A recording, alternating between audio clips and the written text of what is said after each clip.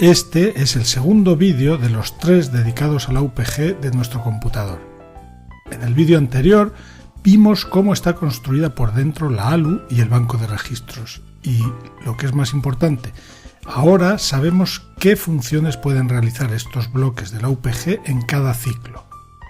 En este vídeo vamos a ver qué señales debe generar la unidad de control del procesador para que la UPG realice en un ciclo una acción concreta.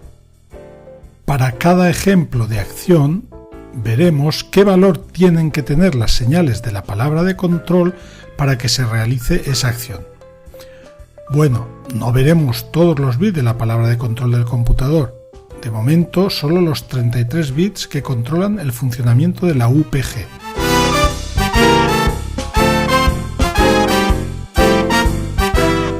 Vamos a rellenar ahora cada una de las filas de esta tabla.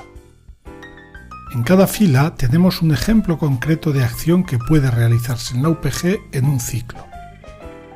Indicamos cada acción mediante mnemotécnicos, que es una forma compacta y entendible por nosotros los humanos de especificar una acción.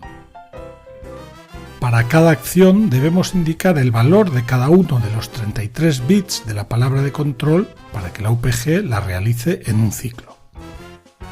Ordenamos los 33 bits de la palabra de control como veis aquí.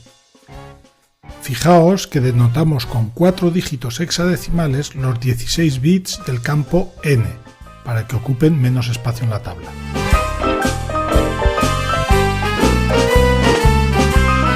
Usaremos una ficha como esta para cada una de las acciones, para cada fila de la tabla anterior.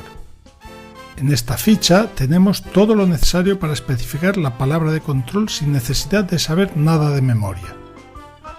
Por eso hemos copiado aquí la tabla de operaciones que puede realizar la unidad aritmético-lógica en cada ciclo en función de las dos señales que la controlan, que forman parte de la palabra de control, la señal OP de 2 bits y la señal F de 3 bits. Para cada acción que deba realizar la UPG en cada ciclo, escribiremos aquí los bits que debe generar la unidad de control para que la UPG la realice. Por último, quiero comentaros aquí que la ALU genera en cada ciclo un valor de la señal Z, que va a la unidad de control. Esta señal la usa la unidad de control para saber si la salida de la ALU codifica el valor 0 o codifica un valor distinto de 0, y decidir, en algunos casos, qué acción ejecutar al ciclo siguiente. Pero esto no lo vamos a considerar ahora, ya que Z es una señal que sale de la UPG y por lo tanto no forma parte de la palabra de control, que entra a la UPG. El uso de la señal Z lo veremos cuando estudiemos la unidad de control del computador.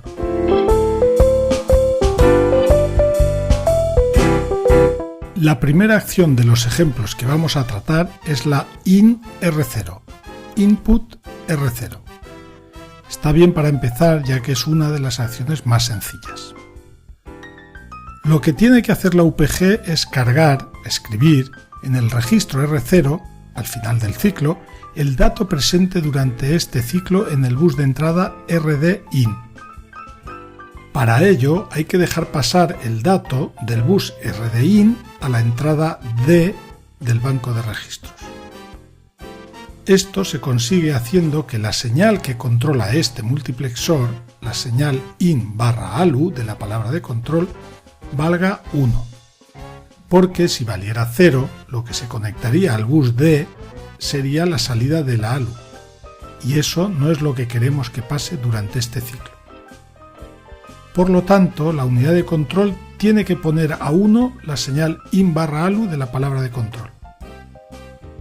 Además de esto, hay que indicarle al banco de registros que al final de este ciclo se escriba un registro con el dato presente en el bus D. Esto se consigue haciendo que la señal de permiso de escritura del banco de registros, WRD, valga 1.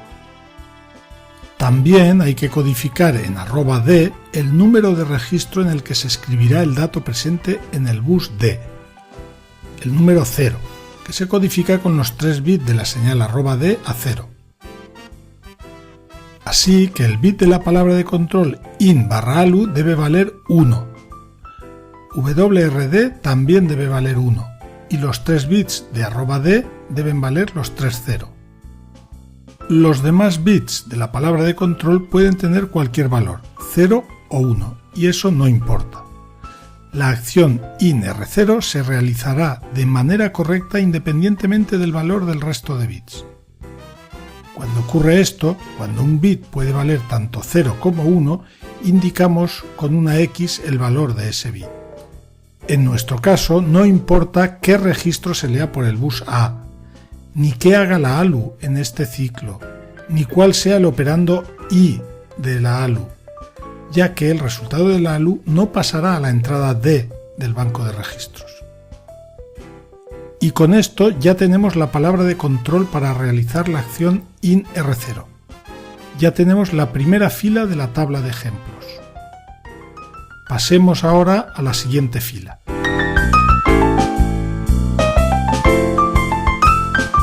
Veamos primero la semántica de esta acción. Move R1, 0. Lo que hace esta acción es mover, que aquí significa copiar, escribir, el valor inmediato 0 al registro R1. Lo de inmediato, la I del mnemotécnico, significa que el valor 0 lo produce la propia unidad de control. No entra por el bus RD-IN del exterior del procesador. Lo produce la unidad de control codificando el valor 0 en los 16 bits del campo N o del bus N de la palabra de control. Así que N debe valer 0. Lo ponemos ya en la palabra de control, en hexadecimal para que ocupe solamente 4 dígitos en la tabla, en vez de los 16 bits que deberíamos poner si lo hiciéramos en binario.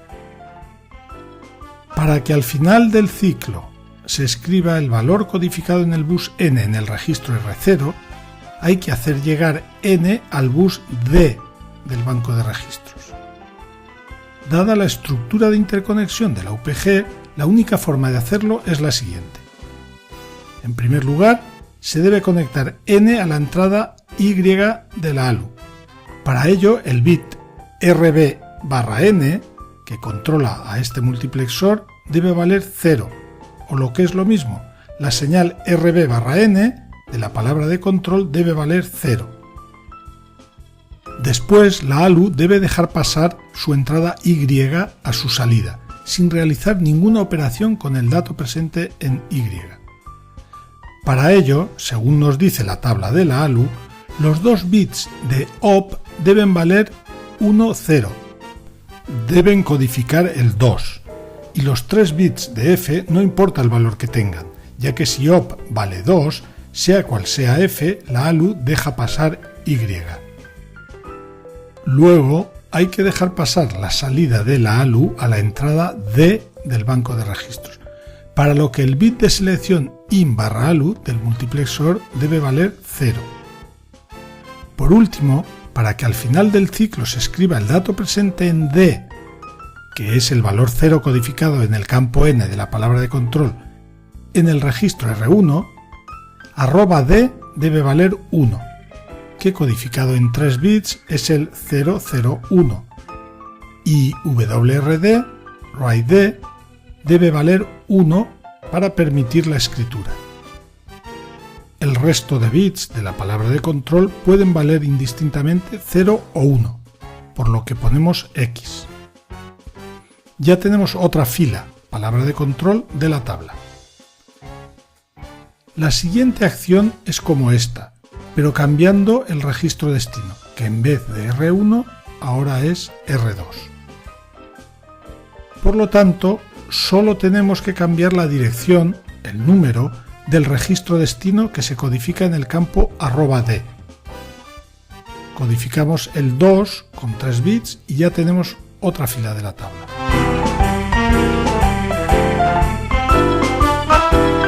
Vamos a hacer juntos la cuarta fila de la tabla y el resto las hacéis vosotros.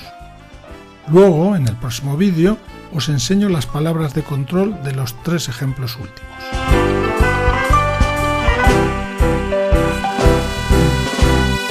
Esta acción tiene 3 operandos, 2 fuentes y un destino.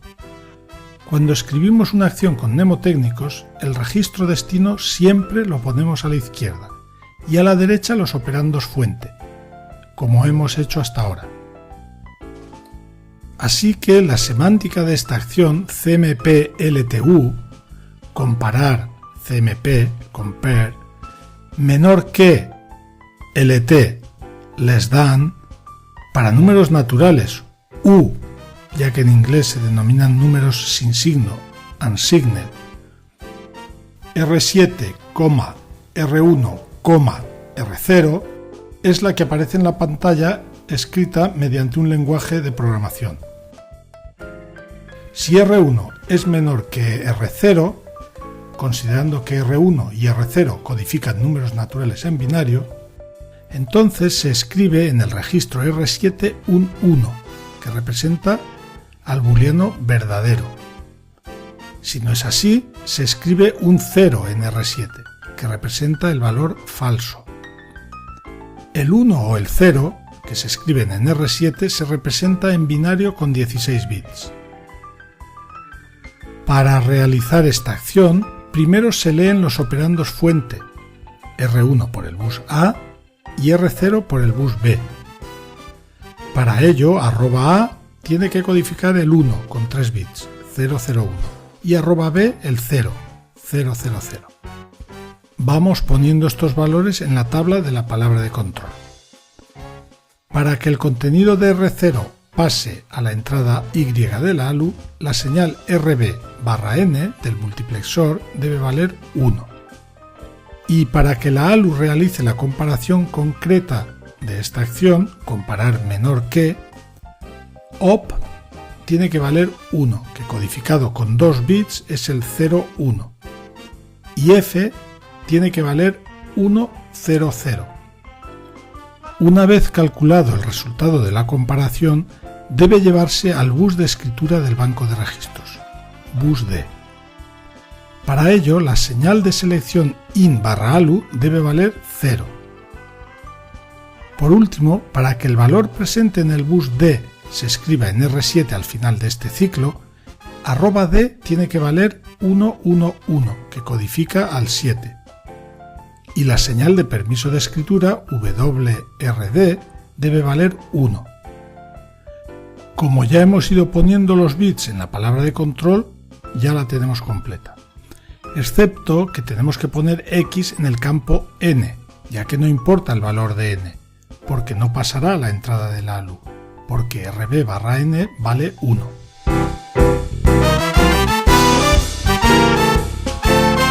Y con esto ya tenemos las 4 primeras filas de la tabla con ejemplos de acciones.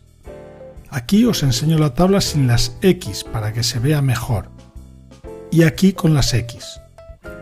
Completad vosotros las 3 últimas filas y en el siguiente vídeo os enseño la solución con la tabla completa.